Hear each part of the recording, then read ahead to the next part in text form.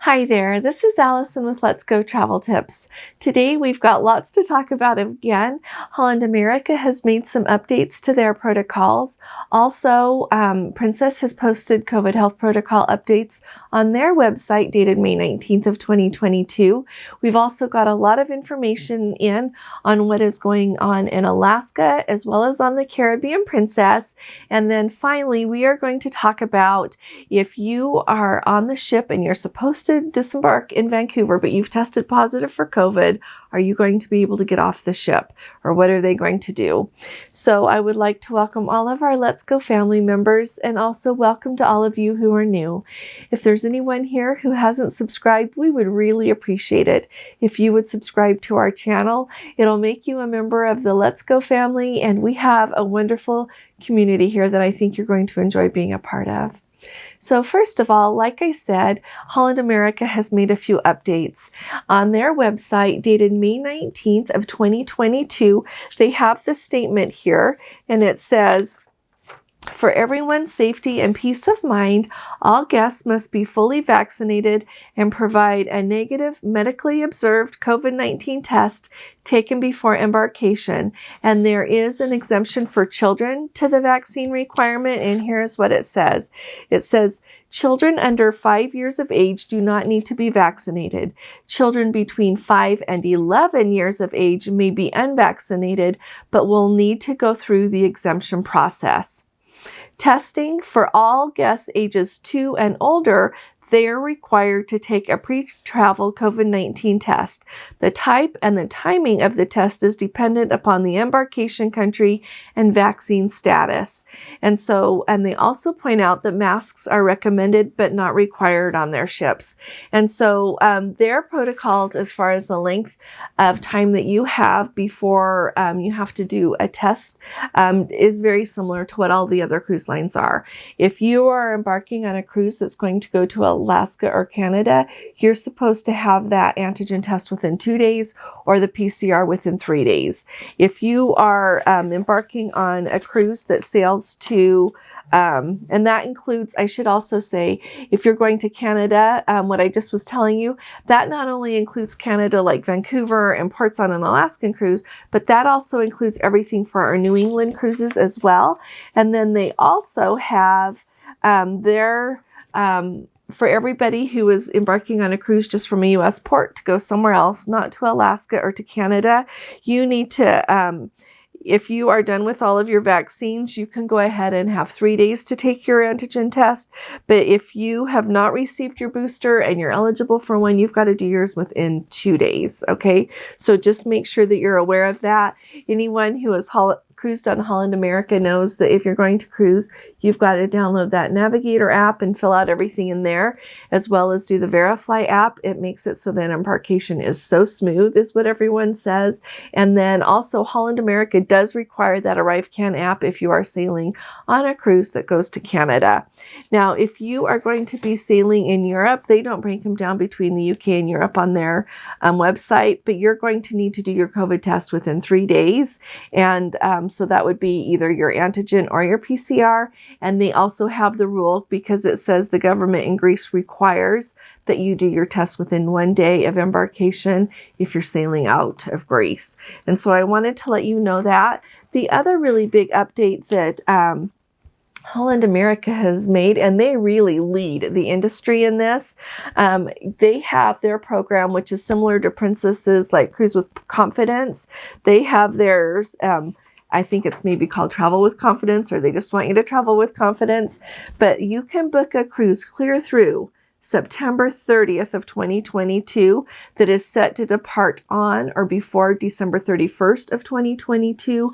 And you can still cancel that cruise up to 30 days, clear up to 30 days before you sail, and get your money back. And they are the only ones that I'm aware of that still have that. I'll tell you what Princess's is in just a minute, but I think that is remarkable. It really makes it so that you can book a cruise and not worry so much if something huge happens with COVID or anything else in your life. Then you've got that flexibility to cancel if you want.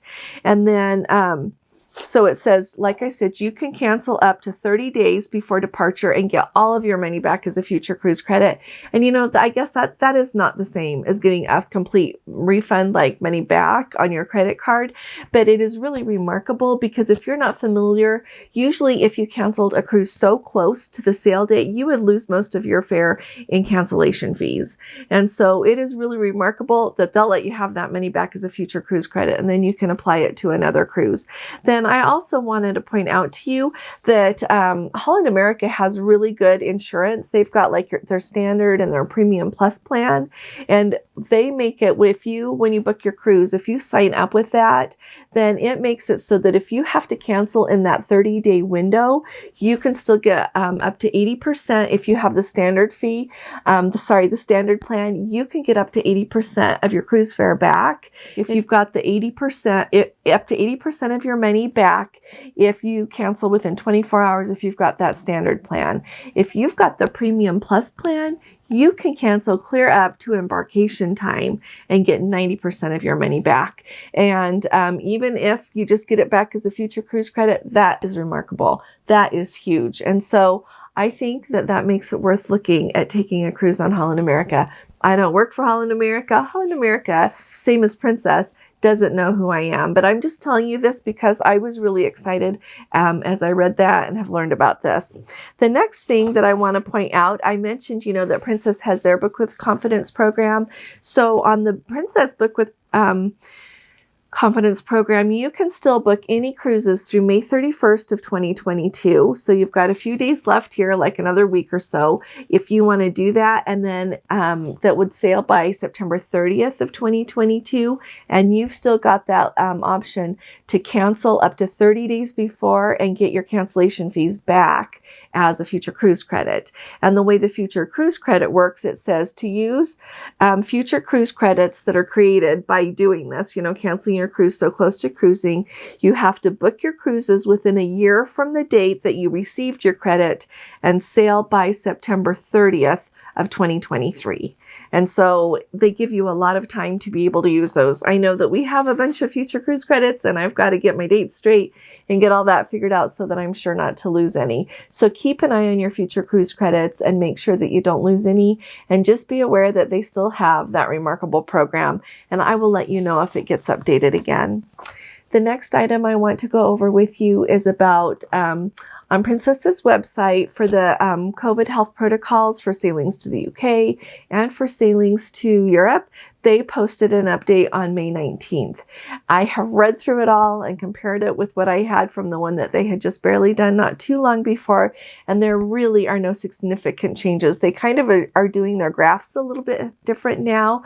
I think they're trying to make it simpler for people to see when you need to be tested based on what vaccines you have, and to be really clear that if you are sailing from the UK or from Europe, you need to be vaccinated. And if you're vaccinated, you have got to have that vaccine within the last 9 months. If your last dose was more than 9 months ago, you've got to have a booster. If you don't, then you need to have an exemption. That applies to everyone who is ages 18 and up. And so just be really aware of that. And then if you are vaccinated and you've got your booster and everything, and even if you are only vaccinated without a booster, but your vaccine's within 90 days, both in Europe and the United Kingdom, you get 3 days to do your antigen test or your PCR test. And if you've got an exemption and you're not up to date, whatever, then you have got 3 days to do a PCR test before embarkation. The exception to that is still Greece. Greece still requires that you have your test done within 1 day of embarkation. And in all of these places, so in Greece, if you are not able to get one, they will give you a test on a complimentary basis. It says at embarkation. If you need a test at embarkation in the United Kingdom or from a port that Princess sails from in Europe, which would be like Barcelona, Copenhagen, or Rome, those they are offering tests, and they'll just bill your your shipboard account for $60 US. And so I just want to make sure everybody is really clear on that. Having that, showing your proof of vaccination, your that COVID test is really what you need to be able to board. They are still saying that masks are recommended but not required. And so hopefully that kind of covers what all of the big differences are with sailing right now with COVID. Now we're going to move along here and talk about some information that that will maybe help people as you think about if you are going to be in Canada on a cruise. And this, I really believe, applies both if you are going to be in Vancouver or if you're going to be on a New England cruise and be on the eastern side of Canada. It requires a lot of thought. So first of all, the first thing that I want to let you know is we had Let's Go family members let us know that they were due to get off the Majestic Princess in Vancouver, but they had tested positive. And so Canada would not let them get off the ship. They have to stay on the ship for another week, take it back up to Alaska, get off there, and fly home. The really nice thing is that you don't need a proof of a negative COVID test to fly between states in the United States. And so once they get back up there, I would think that by then their quarantine time would be done, then they can go ahead and fly home. Now, what if you are on a cruise and they do let you disembark in Vancouver or in a port on the eastern side of Canada, or if disembarkation, you test yourself and find out that you are positive? What are you going to do to get home? So there's a few options. Number one, when you disembark the ship, and even if your plans are to fly home that day, nobody's going to look at your COVID test. If you have told Princess, if you say, yep, I want a test so that I can fly home, then clearly they're going to know what your test results are. But if you test yourself in your room, like you do the eMed test in your cabin before before you are ready to get off, and you know that you're positive, nobody's going to ask you about that. So you've got a couple of options. If you want to, you can go ahead and quarantine there in Canada. And if you only have a flight and in really bad want to take a flight from Vancouver home, then you're going to have to quarantine, which is probably 10 days before they're going to let you have get a certificate of recovery. And I'll link the video below where I talk to you about how to do that to show with that positive COVID test to be able to fly back into the United States. If it was me, I would be like, okay, forget the flight. And there are a lot of car services that you can hire to drive you back across. You'll have to pay for it, of course, but you can be driven back across the United States and then fly home, or at least come back and quarantine somewhere cheaper if you want to do that. I'm not telling you what's right or wrong. I'm simply telling you what you can do.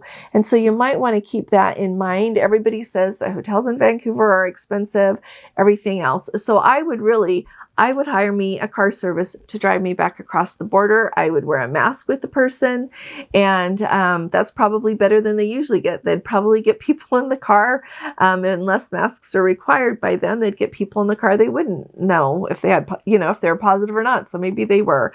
But at any rate, there are ways to get home. I've heard from two separate people that Let's Go family members who have called Princess and tried to book the Princess shuttle to go from Seattle over to the port in Vancouver. And they have said that they don't have one. And so I think that's a way of saying they're sold out for that run. And so there's, you could hire a car service to drive you from Seattle over to the port in Vancouver. You could do that. There's just lots of different ways, to handle that. You can take the Greyhound bus that leaves really early in the morning. I think it's Greyhound. Somebody was telling me they've got that. It's not it's not the same thing as taking a Princess shuttle, but if that's how you want to go, there are ways to go ahead and take a car from Seattle over to Vancouver. So I just am telling you all this so that you start thinking about it, because whether we like it or not, these things happen. And I think that we will have a better result if we've thought about it in advance so that we know what we're going to do if anything unexpected happens. So, just wanted to tell you that. The next thing I wanted to let you all know about is, this is kind of fun, I think. A couple of you, Shelly and a couple of others, have asked me, like, when you're going to go on a cruise and then you're going to go up on the land tour after that, Like, how many outfits should you take? And here's, I'll just tell you what I would do if it was me. So when you go on a cruise to Alaska, I have my video about what I would for sure pack to go to Alaska, and I can link that below. It was one of the very first videos that I did last year, but I just watched it again, and I stand by what I said. So anyway, so I would definitely, I think that what I tell you to pack for a cruise is what I would definitely pack for a land tour as well. So remember layers. Remember how important it is, because it might be warm, it might be cold, it might change throughout the day. And so take layers with you. And I would say really that you could take pretty much the same clothes that you have got on your cruise and use them on the land tour portion. Remember that Princess does have laundry facilities on their ship. And so if you need to do a little bit of laundry before you get off for your land tour, that's not a big deal. It's not hard to do at all. And then if you wanted to throw in a couple of extra sweaters or a couple of extra things that you just wanted to have for the land tour part, you could easily do that. But I personally wouldn't pack a bunch of extra clothes, because I don't think that you need to. When you are up at the land tour area, I haven't done that, but I've talked to a lot of people who have just done it firsthand. And they have said that you wear the same kind of clothes there that you wear when you are sightseeing in Alaska. When you're out on deck and it's chilly, you would need layers at the lodges, just like you do for that or on the tours. And so that's what I would kind of do if you want to throw in an extra pair, you know, of pants and a couple of extra sweaters, something like that, just for a change. If you want to, you could. But I think overall you can just take what you had and wear it there. So that's my approach. I don't know if that's really helpful or not, but you know, a lot of clothing that you take that's dark colored, like if you have dark colored pants, you can wear them way more than just one time. And so they would serve you well through the trip if you had a few of those. So just kind of look at your outfits, just kind of what you can rewear, and go from there. That would be my counsel. And so if you're going to go for a very long land tour, then yeah, I would throw in a few extra sweaters or fleece jackets or something just to mix things up a bit. So I really appreciate you all sticking with me through all this Alaska stuff. The last thing we have here is an update on the Caribbean Princess. And I really appreciate Mark. He's sailing on the Caribbean Princess right now. And I appreciate him letting us know how things are going. So I like that he points out. So he sailed on the Regal Princess back in February. And I remember that.